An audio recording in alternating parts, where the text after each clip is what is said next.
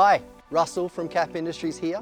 Today I'm installing one of our fire extinguisher mounts into this Chevy Silverado 1500 from 2023 onwards, including the awesome ZR2. My brackets, they bolt in with the factory seat bolts. They come with the hardware required to install any fire extinguisher.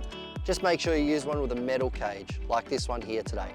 Let's go do it. Super easy to install. You just need a T50 Torx bit and a ratchet, and a couple of 8mm spanners for those M5 nuts and bolts. With your T50 Torx bit and ratchet, simply undo the two front seat bolts and remove them entirely.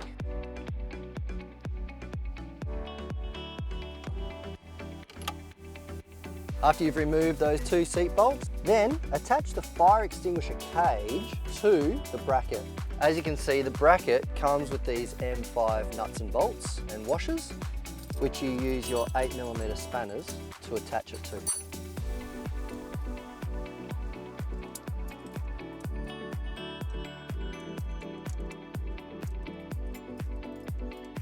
Tighten them up with your two 8mm spanners.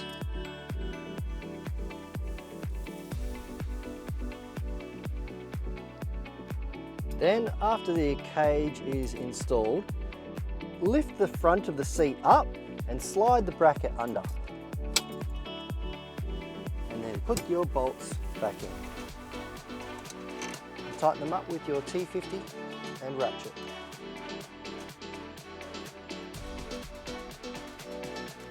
Then simply slip the extinguisher into its cage and do up the clips.